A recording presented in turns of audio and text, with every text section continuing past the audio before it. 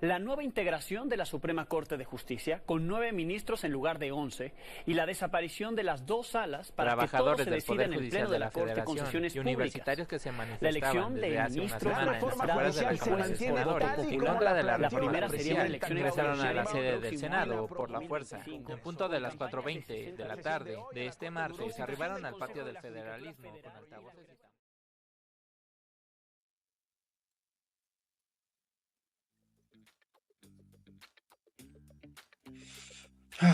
Nuestro bello Poder Judicial, esa organización pública que se encarga de resolver los conflictos entre las personas y los órganos del ámbito público. También se encarga de vigilar el cumplimiento de los derechos humanos que se establecen en nuestra Constitución Federal y, cómo no, también de los tratados internacionales. Una vez dicho lo anterior, en febrero de 2024, el expresidente Andrés Manuel López Obrador propuso una iniciativa que busca reformar algunos aspectos del Poder Judicial, esto con el objetivo de garantizar un mejor cumplimiento de sus funciones. Esta iniciativa fue avalada por el Senado en septiembre de 2024 y propone cambios de gran alcance tanto para la Suprema Corte de Justicia de la Nación como para el Tribunal Electoral del Poder Judicial de la Federación.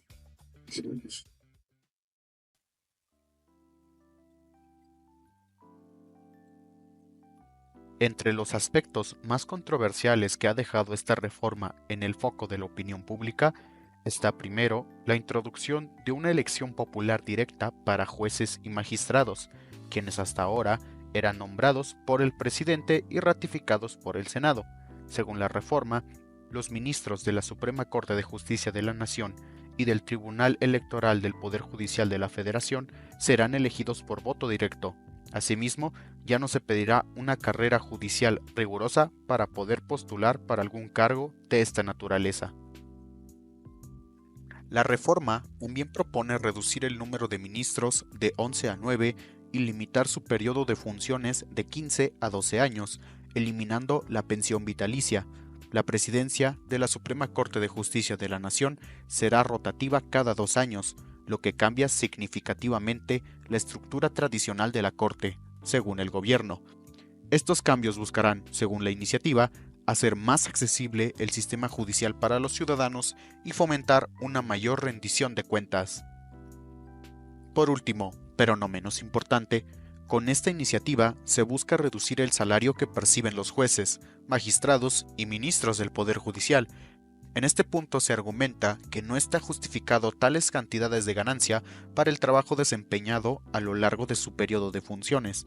Además, se asevera que ningún funcionario público puede ganar más que el presidente de la República, cuyo salario es de aproximadamente 129,000 pesos mexicanos al mes. La reforma judicial en México ha encendido una controversia sin precedentes y el drama apenas empieza. Este cambio plantea nada menos que una transformación de fondo en el Poder Judicial, afectando a la Suprema Corte de Justicia de la Nación, la SCJN, y el Tribunal Electoral del Poder Judicial de la Federación, el TEPJF. Pero aquí está lo que tiene a todos hablando. La propuesta incluye que los ministros de la SCJN sean elegidos por voto popular. Sí, como una elección presidencial. Y claro, esto ha hecho que muchos levanten la voz. Los críticos y la oposición dicen que esto podría abrir la puerta a intereses políticos, poniendo en riesgo la imparcialidad de la Suprema Corte. Para añadirle más al chisme, hasta la relatora especial de la ONU para la independencia judicial ha mostrado su preocupación, advirtiendo que la reforma podría debilitar la autonomía judicial y desatar un caos jurídico. Y por si fuera poco, aquí viene el escándalo del año. 8 de los 11 ministros de la SCJN, incluyendo a la presidenta Norma Piña, decidieron presentar una renuncia en señal de protesta, argumentando que esta reforma merma su independencia y no están dispuestos a participar en las elecciones bajo estas nuevas reglas. Así que prácticamente la mitad de la SCJN está en modo rebeldía absoluta. Esta ola de renuncias y la incertidumbre en torno a la implementación de la reforma ha generado un ambiente de alta tensión en el país. Incluso las agencias calificadoras y el sector financiero han puesto el grito en el cielo, advirtiendo que la reforma podría espantar la inversión extranjera y complicar el panorama económico en México. México, MEA.XYZ, enfrenta un momento decisivo. La reforma judicial podría cambiar el rumbo del país en los próximos años. Y mientras tanto, el país entero espera, pendientes de cómo terminará este drama con el Poder Judicial. Seguro has escuchado diversas posturas y opiniones sobre la reforma judicial, que sí, que no, que es legítima, que no lo es, a favor, en contra. Entonces, ¿realmente qué dice la ley respecto a ella? ¿Quieres saber si tu reforma al Poder Judicial cumplió los procesos legislativos? Es muy fácil. Solo revisa si siguió estos pasos. Paso 1. Presentación. Todo debió empezar en el Congreso. Tu reforma tuvo que haber sido introducida oficialmente para iniciar su camino de aprobación. Paso 2. Discusión. Tu reforma tuvo que haber pasado por las comisiones de Justicia y Legislación. Ahí se tuvo que analizar, debatir y, si era necesario, modificar lo que fuera necesario. Paso 3. A votación. Tu reforma debió haber obtenido una supermayoría de 2/3 en el Pleno de las Cámaras de Diputados y Senadores. Paso 4. Aprobación estatal. No olvidemos a los estados. Al menos 17 legislaturas locales debieron dar el visto bueno. Paso 5. Publicación e implementación. Finalmente, la reforma debió publicarse en el Diario Oficial de la Federación y haberse aplicado con los cambios necesarios. Pero espera, ¿cumplió con la Constitución? Las propuestas de la reforma deben estar alineadas con los artículos de la Constitución, principalmente los que rigen el Poder Judicial. No olvides checar el artículo 94 y el artículo 97 de la Constitución. De igual manera, la reforma debe respetar los derechos y las garantías establecidas en la Constitución. Por lo que, si las modificaciones propuestas no comprometen la independencia judicial o el acceso a la justicia, concordarían con los principios constitucionales. Si cumplió todo esto, ¡felicidades! Tu reforma estuvo dentro del marco legal. Pero ten cuidado. Si se considera que la reforma atenta contra el Poder Judicial, interfiriendo en la autonomía de los jueces, o bien introduciendo interferencias externas, puede considerarse como dañina para el Estado de Derecho. ¡Ajá! Ten cuidado con eso. Y bueno, así de fácil era saber si tu reforma fue legítima. Con estos pasos, todo debió marchar según la ley. Este anuncio no se hace responsable de cualquier declaración de inconstitucionalidad ni de cualquier consecuencia que tenga la reforma al Poder Judicial que se busque promover. ¿Qué opina un experto sobre el tema? Entrevistamos al licenciado Abraham Huerta Guzmán, egresado de la Facultad de Estudios Superiores Aragón. Estas fueron las preguntas que le hicimos. El licenciado Huerta opina que la reforma judicial recientemente aprobada es positiva, pero destaca que al ser de alto impacto, no se le dio el tiempo necesario para estudiarla en profundidad. Criticó que no se tomaran en cuenta adecuadamente las leyes reglamentarias, como las relacionadas con las fiscalías y el papel de los ministerios públicos, que pertenecen al Poder Ejecutivo y son claves en la justicia penal. Aunque está de acuerdo con la necesidad de una reforma, considera que se deben incluir a las instancias de la justicia del Poder Ejecutivo en el análisis. Además, rechaza los requisitos para ser magistrado de la Suprema Corte, ya que opina que, aunque no es necesario que provengan del Poder Judicial, sí deben de tener experiencia práctica en la impartición de justicia.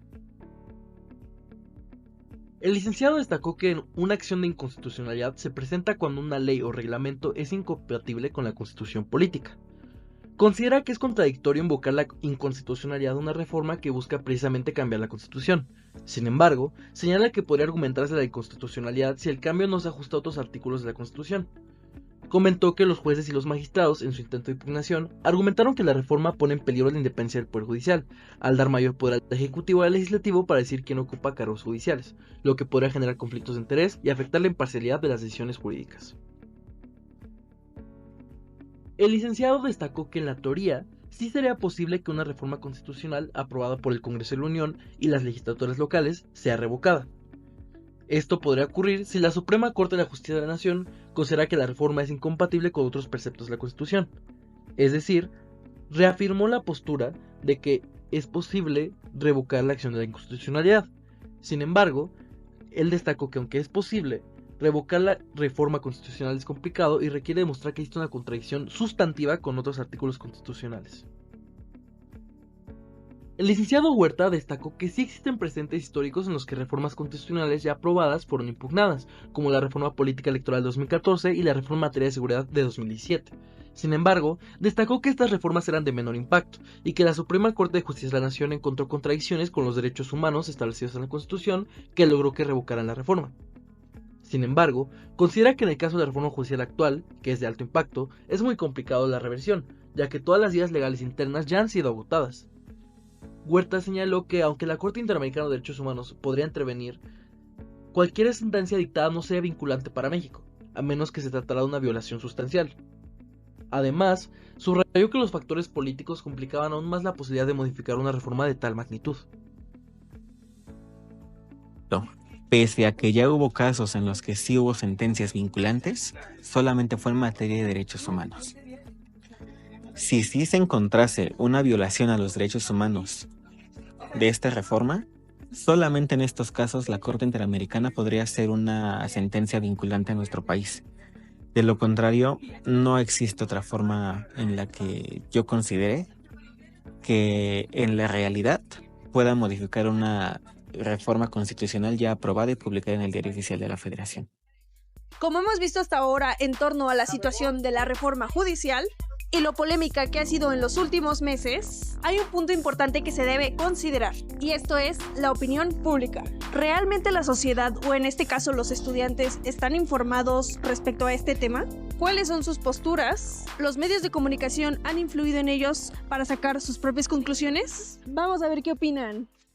Hola, soy Fabiola Gutiérrez, soy de la Facultad de Ciencias Políticas y Sociales y estudio Ciencias Políticas. Nicolás Covarrubias, de la Facultad de Contaduría y Administración, estudio Administración. Me llamo Jimena, soy de aquí de la Facultad de Derecho y pues estudio esa misma carrera. ¿Qué es? Pues eso, una reforma que se hace a uno de los tres poderes de la Unión, al Poder Judicial, que cambia la correlación de fuerzas al interior de este poder, que pues contrasta el tismo con el que se encontraba, estos lazos de estudios que incluso revelaban que el 49% de los integrantes del Consejo de la Judicatura Federal tenían al menos un familiar trabajando al interior de este poder. Entonces pues son varios problemas los que abarca, pero pues sí hay mucho que debatir y discutir en torno a esto. Bueno, sé que se plantea una nueva metodología para la selección de los jueces y sé que ha causado algunos disturbios en la ciudad. Pues que incluye diversos aspectos, pero sobre todo es el del Poder Judicial. Conozco acerca del tema de los jueces sin rostro, que la gente se está quejando acerca de una excesividad de representación en la Cámara del Poder Judicial y que además ahora los jueces se van a elegir por voto popular y que han cambiado los requisitos para volverse juez y ministro. No, lo que sucede es que después de que pasó legalmente el proceso de aprobación de una reforma constitucional, es decir, primero se presentó la propuesta de reforma, pasó por las dos cámaras, se aprobó con una mayoría calificada, pasa a los 17 congresos locales y lo que sucede es que para iniciar partidos de oposición, el PRI, PAN y Movimiento Ciudadano, interponen acciones de inconstitucionalidad ante la Suprema Corte, pero habría que preguntarnos si es legítimo que partidos impugnen una reforma constitucional. Los ministros, algunos perfiles, pues dijeron que sí era constitucional, que sí era legítimo, pues entonces se pasa la discusión de estos, pero incluso después ya al ministro que le toca elaborar el proyecto de sentencia para resolver estas acciones de inconstitucionalidad, el ministro Carranca, a último minuto resuelve que la presidenta ya estaba diciendo que hasta con 6 votos se podía aprobar, pues termina reconociendo el ministro que elabora la sentencia, no podemos. Incluso también otro ministro, Pérez Dayán, dice es que la Suprema Suprema Corte no tiene esta facultad porque en el artículo 135 se establece que el constituyente es el único que puede reformar la Constitución y es algo que no pertenece a los ministros o a la Suprema Corte, al Poder Judicial. No, me parece que no es justo. Yo creo que no, sería muy difícil echarla para atrás, pero si en todo el pueblo, en todo México se levantara en protesta o algo así, yo creo que sí cabría la posibilidad. Es una facultad que no le pertenece al Poder Judicial y que pasa por encima no solamente del artículo 135 constitucional, pasa por encima del artículo 39 constitucional que habla sobre quién es el soberano del país, que es el pueblo. Y cierto es que el pasado 2 de junio la gente salió a las urnas y le dio una mayoría calificada a Morena para aprobar una serie de reformas que pues entre ellas planteaba la reforma al Poder Judicial.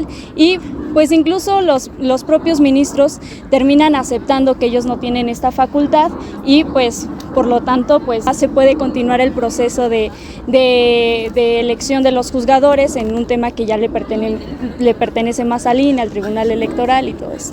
Estoy de acuerdo que se tenía que hacer una reforma, pero la que se hizo creo que no es la mejor. Creo que pudo haber sido otra opción y mi postura es muy de derecha. Pues sí es importante hacer una reforma, creo yo, pero no solamente con atención al Poder Judicial, porque la corrupción, como menciona la presidenta, se encuentra pues en los 3 poderes de la nación. Y sea ella buena o mala presidenta durante estos 6 años, pues hay futuros presidentes que quizás aprovechen de la centralización de poder que ella está concentrando en sí misma.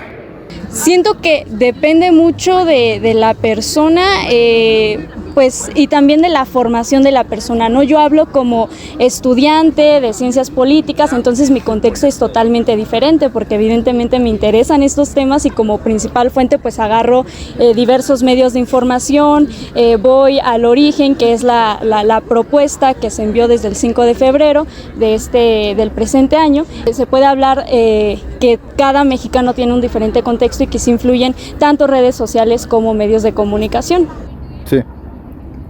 Bueno, yo sigo mucho a influencers influencers de la postura derecha, Agustín Laje, Greenfeeds, y otros.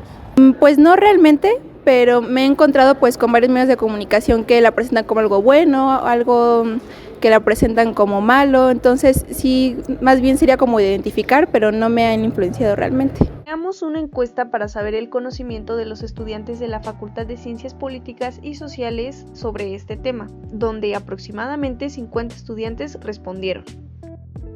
39.2% fueron estudiantes de Ciencias de la Comunicación, 23.5% de Sociología, 13.7% de Relaciones Internacionales, 9.8% de Administración, 7.8% de Ciencias Políticas y 5.9% de Antropología. ¿Estás enterado de lo que está pasando con la reciente reforma del Poder Judicial? Donde el 90.2% respondieron que sí, mientras que tan solo el 9.8% respondieron que no. ¿Cuál es tu postura respecto a este tema? Donde el 19.6% respondió totalmente a favor de la reforma. La mayoría respondió a favor de la reforma, pero no solo la que se está llevando a cabo, con el 47.1%. Tan solo el 5.9% se pronunció totalmente en contra de la reforma y sorpresivamente el 27.5% no sabe nada sobre el tema. ¿Tú crees que una reforma constitucional podría ser revocada aun cuando ya pasaron las 3 esferas de revisión, es decir, Congreso de la Unión y legislaciones locales? El 31.4% respondió que sí, el 33.3% respondió que no y el 35.3% respondió no lo sé. ¿Consideras que los medios de comunicación han influido en ti para que tomes una postura? El 2% se pronunció estar totalmente de acuerdo, el 17.6% dijo estar mayormente de acuerdo, el 39.2% dijo estar parcialmente de acuerdo, el 21.6% dijo estar casi nada de acuerdo, el 11.8% dijo no estar para nada de acuerdo y finalmente el 7.8% no lo sabe. Bueno, ya vimos qué fue la reforma al Poder Judicial, qué controversias trajo, qué opinan la ley, qué opina un experto, qué opinan los estudiantes, pero ahora lo más importante es saber... ¿Y tú qué opinas?